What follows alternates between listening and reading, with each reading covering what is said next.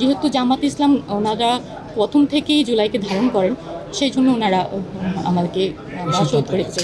আমি সর্বপ্রথম এখানে দাঁড়িয়ে আছি আসলে একটা রক্তাক্ত জায়গায় বলতে হবে, কারণ আমার বাংলাদেশ পুরোটাই রক্তাক্ত ছিল।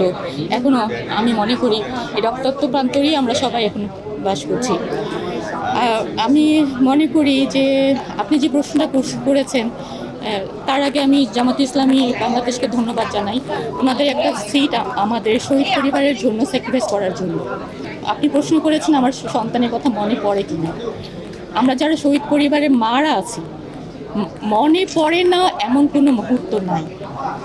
আমরা আসলে বিক্ষত হৃদয়ে বসবাস করছি, মানে আমরা আছি বেঁচে থাকার জন্য আছি।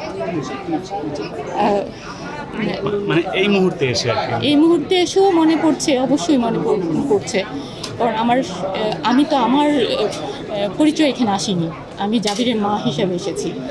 আমি আপনাদের হয়তো আরেকটা প্রশ্ন থাকতে পারে, আমি তাহলে দেশের জন্য কী করতে পারি। আমি চাই আমার সন্তানের হত্যার সাথে সমস্ত হত্যার বিচার।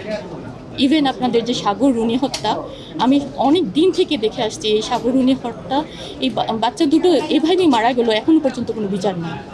আমি ওনাদেরও হত্যার বিচার চাই।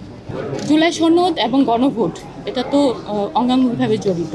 আমি গণভোট এবং জুলাই সনদের বাস্তবায়নে আমার ভূমিকা যতটুকু থাকা উচিত সর্বোচ্চটা দিব ইনশাআল্লাহ।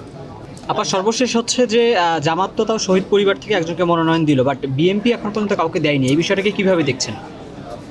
আসলে এটা তো ওনাদের ব্যাপার, ওনারা ধারণ করছে কিনা, জুলাইকে ধারণ করার ব্যাপার। যেহেতু ওনারা যদি ধারণ করতো তাহলে হয়তো দিত।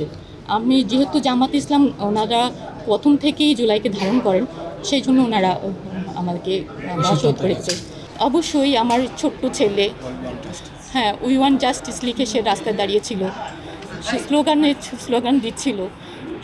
সো এটা অবশ্যই তার মনে রাখার মতো। ঠিক আছে।